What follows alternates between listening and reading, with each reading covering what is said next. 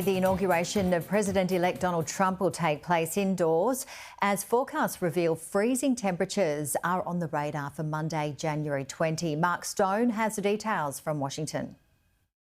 Indeed, it's going to feel like about minus 15 degrees centigrade here in D.C. on Monday.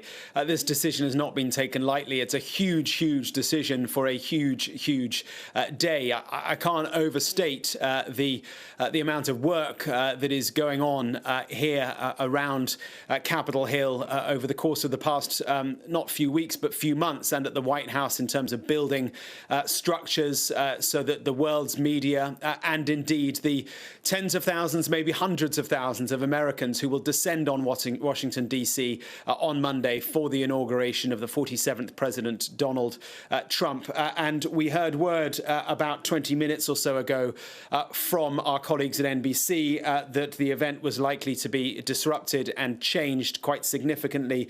And now word from Donald Trump himself, who says, "I've ordered the inauguration address, in addition to the prayers and other speeches, to be delivered in the United States Capitol Rotunda, as was used by Ronald Reagan in 1985 because of the very cold weather conditions." He said, "I don't want to see people hurt or injured in any way." And so what they're going to do is move what would normally take place outside of the Capitol building.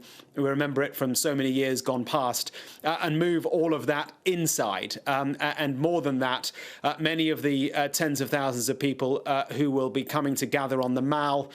Some of them will now have access to the Capital One Arena, a big sports arena in Chinatown here in Washington, D.C., to be able to watch the event from there. There will already be security in place at the Capital One Arena because on Sunday night, the eve of the inauguration, it's being used by Donald Trump for a massive victory rally, reminiscent, I would think, of the one he held at Madison Square Garden in New York shortly before the election itself. So, as always with Donald Trump, nothing is necessarily conforms to convention, and it is the weather this time that has changed things. But as Trump pointed out himself, there is precedent. Back in 1985, Ronald Reagan had to move his event indoors again because of the weather, and I can tell you, it is absolutely freezing here.